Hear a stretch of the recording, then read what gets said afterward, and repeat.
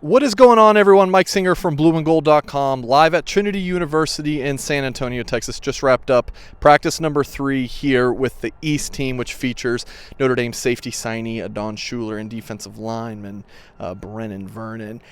Today was really just a walkthrough, so there's not really a ton to talk about today, and tomorrow's even supposed to be more of a walkthrough, so this will be my last video report from the week, and do apologize for not having one on Wednesday. So we'll talk about Wednesday's practice as well, but I just want to go through the 5 Notre Dame signees.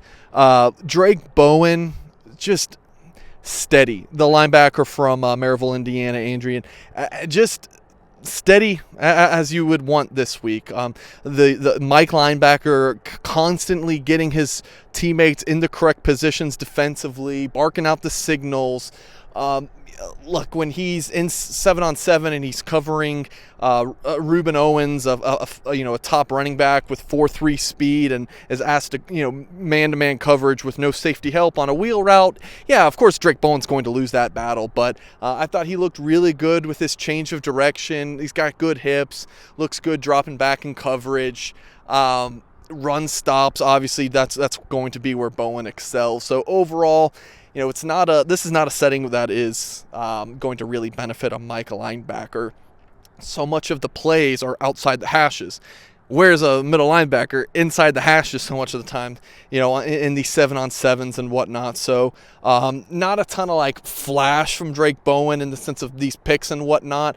And they're not tackling, so that's obviously not going to help a linebacker. But in the inside run zone, a portion of practice on Wednesday made a lot of stops in the backfield. But overall, solid week from Drake Bowen.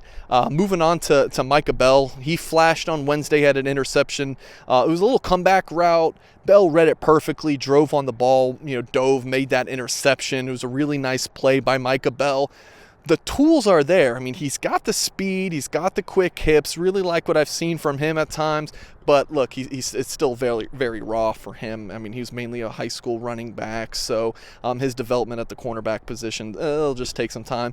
And that's mostly the same with offensive tackle Sullivan Absher from North Carolina.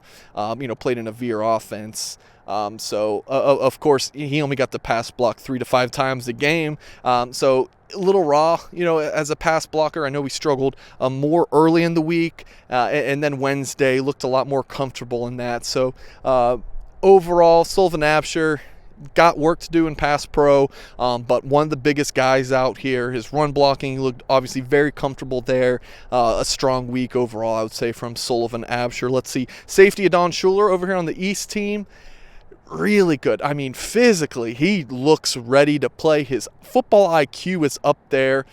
Stock up for me for Adon Schuler. With all these Notre Dame guys, I don't think there was these big splash plays. Bell's interception was one. I got one from Brennan Vernon, we'll talk about shortly. But overall, it was just kind of like a stock steady for all these Notre Dame guys throughout the week, at least in my opinion. Adon Schuler was very steady, very consistent. His pass coverage one-on-one, that could be an area to improve. But in terms of a safety who can come up and lay a tackle, Adon Schuler is one of the best in the country and very smart, ton of experience, highly productive at the high school level. Love what I've seen from Adon Schuler. And then, Brendan Vernon, another player on this East team. Wow. I mean, he actually had a pass rush where he put Sullivan Absher on his behind and got to the quarterback. I was talking to Vernon this week, and you'll be able to find this article, blueandgold.com, soon, where he broke down kind of where he was at weight-wise.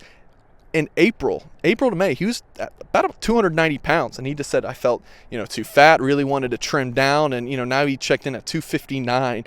So he looks a lot leaner. Look, if he were up closer to 300 pounds, we're talking about a nose tackle. Now, but him 260, we're looking at, a 5 technique, someone who can wreak havoc off the edge, or someone who can slide inside as a 3 tech in certain pass rush situations. So Brendan Vernon, still a little raw, but man, he looks like a dude. Like, you do not want to be on his bad side. Like, Brendan Vernon, a fantastic looking player, a solid week. Really like what I've seen from him. He's probably the player that I was most interested in seeing this week, just because, I think high school highlight tape, we haven't seen him since his sophomore year of high school. If you go look on his huddle page, you just don't see him. So I was really looking to get a good look at him this week, and was just overall impressed.